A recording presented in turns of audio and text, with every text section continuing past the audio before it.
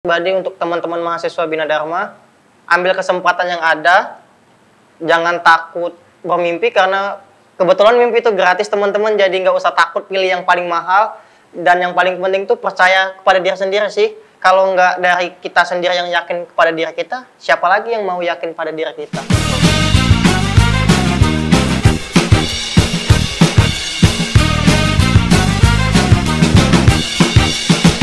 Sari, obrolan santai hari ini. Halo teman-teman semuanya, kembali lagi sama aku Gina, dan di sini aku bakalan ngobrol-ngobrol santai sama salah satu mahasiswa jurusan psikologi di Universitas Bina Dharma yang kemarin menang nih di acara Bujang Gadis Kampus Sumatera Selatan dan mendapatkan juara harapan 1, yaitu Rahmat Hidayat.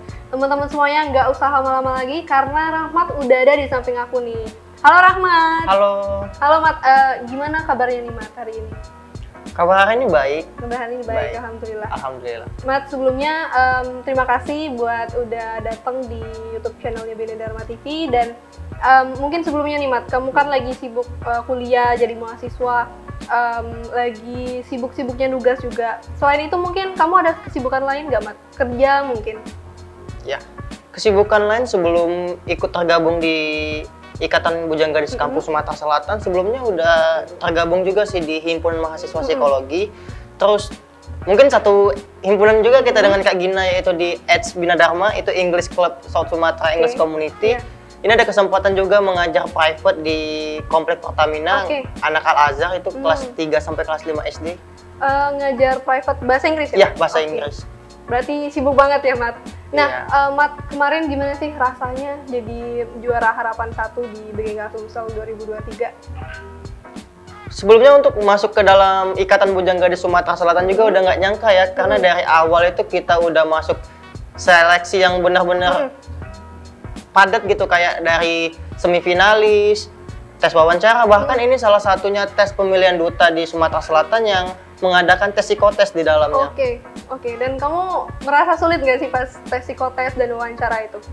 Itu kemungkinan salah satu faktor ketakutan terbesar sih untuk di dalam ikut tergabung di Ikatan Bujang Gadis Sumatera Selatan ini, karena wawancara dan psikotes tuh perlu persiapan yang matang untuk bisa benar-benar bisa ngejawabnya. Kemarin kamu persiapan untuk wawancara dan psikotes itu ada nggak sih kayak kamu belajar terus baca-baca gitu?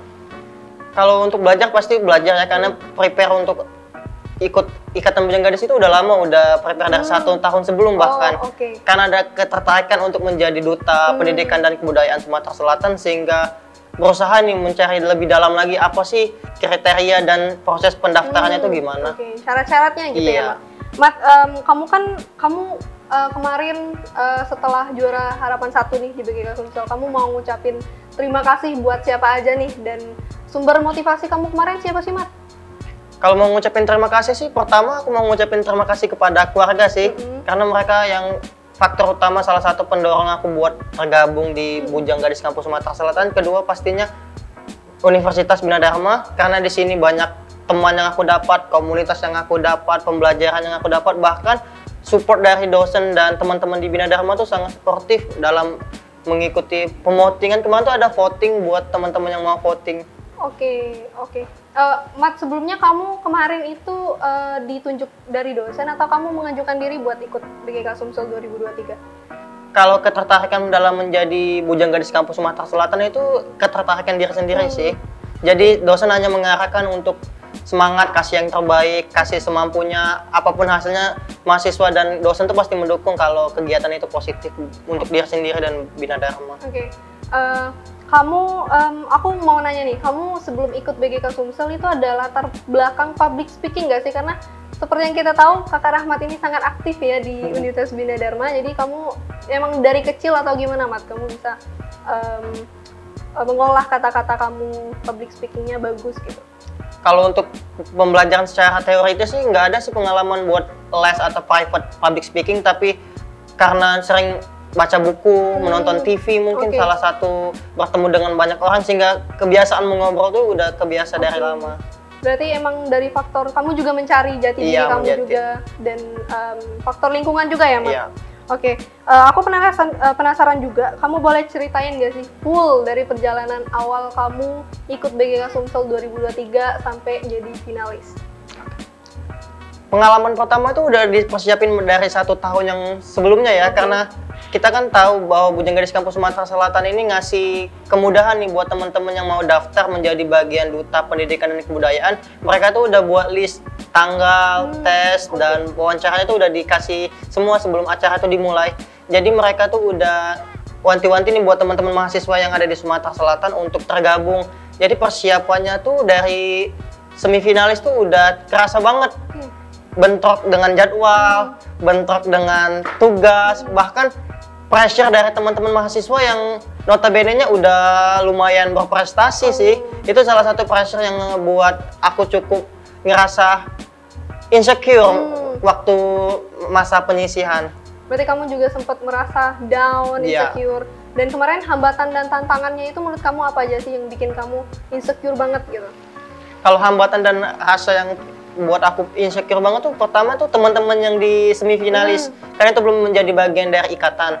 Jadi mereka tuh udah nunjukin performa terbaik mereka, bakat mereka di depan para panitia dan juri itu. Mereka tuh udah nunjukin gimana sih, siapa sih aku sebenarnya, sedangkan dalam perasaan sendiri tuh belum berani buat tampil. Tapi pas ada bagian aku ditunjuk buat tampil, ya aku tunjukin semampu aku dan sebisa aku. Oke. Kemarin kamu kan kamu merasa down banget nih dengan kualitas dari teman-teman lain, mungkin dari kampus lain. Kamu sendiri cara ngatasin itu gimana sih? Kamu tetap berusaha untuk maju aja terus atau gimana, Mas? Karena udah prepare dari lama ya, karena nggak mungkin berhenti di tengah jalan, dan mungkin kalau ada rasa insecure atau nggak percaya diri, kembali lagi tuh keinget teman-teman atau keluarga yang ngedukung dari awal.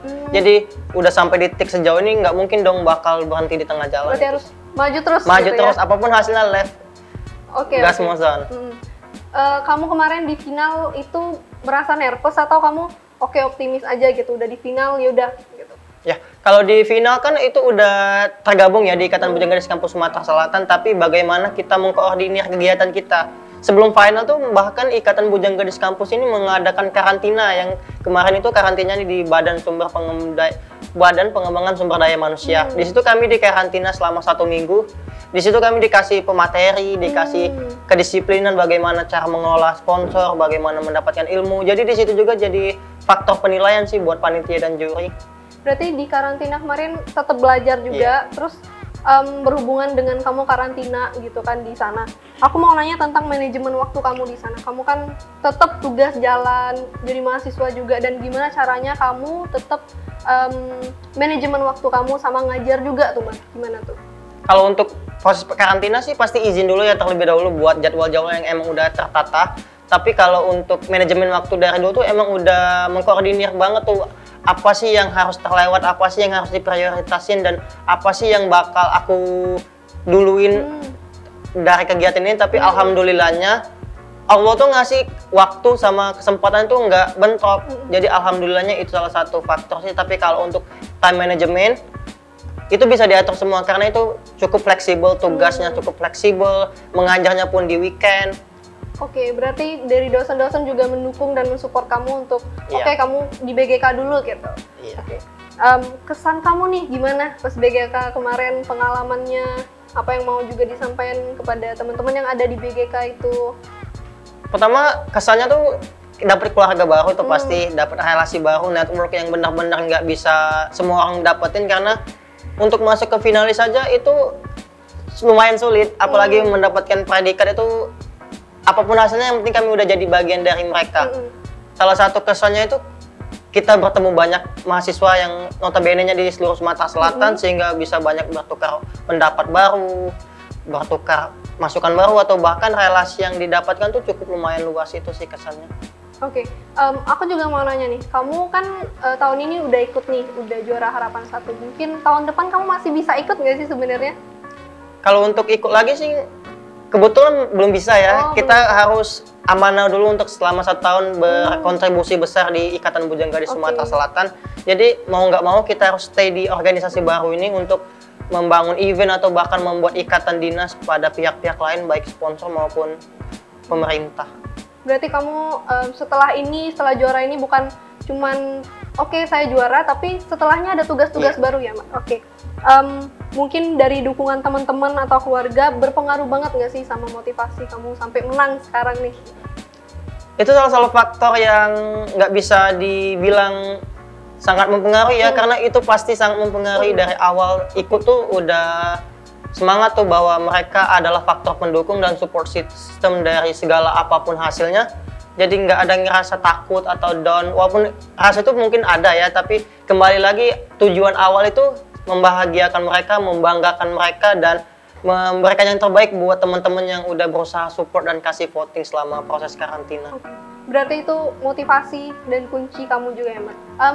Kamu sendiri nih, Mat, kemarin bisa jadi juara harapan 1 itu salah satunya dari motivasi kata kamu tadi. Tapi dari kamu sendiri itu ada kunci kesuksesan nggak sih, Mat? Buat di-share ke teman-teman gitu.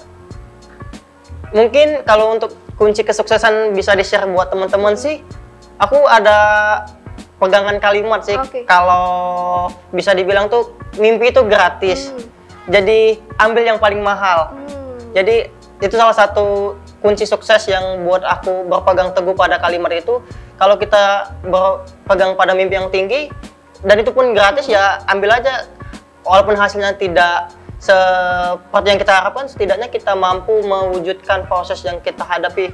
Karena sesungguhnya hasil tuh bukan dari akhir segalanya, itu merupakan suatu pembelajaran. Yang paling penting itu proses di balik mencapai suatu hasil.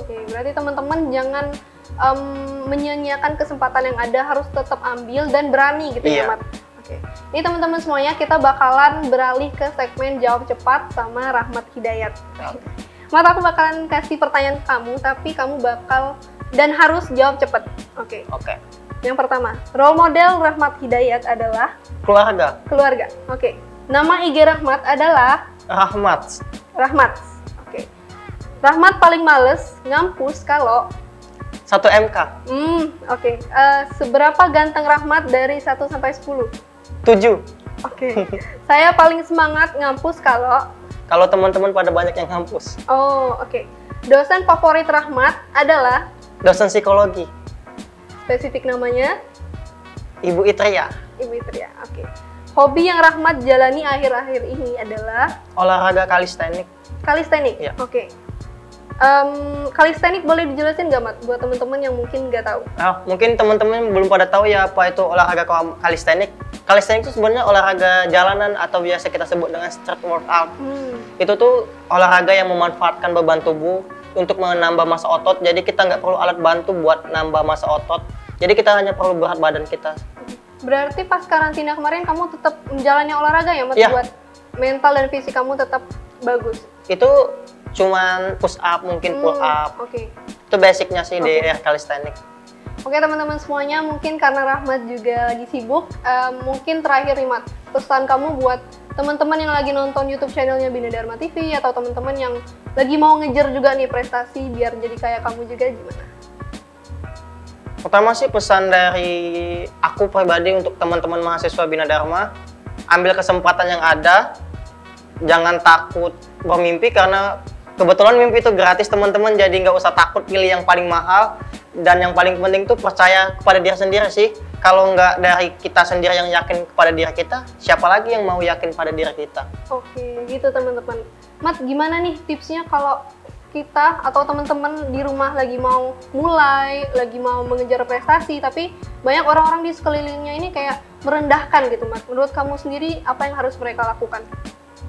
Kalau ada di situasi kayak gitu sih, mending kita cari komunitas atau teman-teman yang benar-benar ngedukung. Itu jadi salah satu pendorong sih buat teman-teman nggak mudah down atau ngerasa jatuh. Jadi walaupun ada kata-kata yang tidak menyenangkan dari pihak lain tuh, kita masih dapat support yang benar-benar kasih itu dari teman-teman yang emang benar-benar ngasih support ke kita. Berarti mencari teman-teman yang mensupport kamu dan membawa kamu ke hal-hal positif ya. Oke, teman-teman semuanya, dan Rahmat, thank you for today. Terima kasih untuk datang ke YouTube channelnya Bina Dharma TV dan semoga bermanfaat untuk teman-teman semuanya. Aku Gina bakalan kembali lagi di Wasari-Wasari selanjutnya. Bye-bye.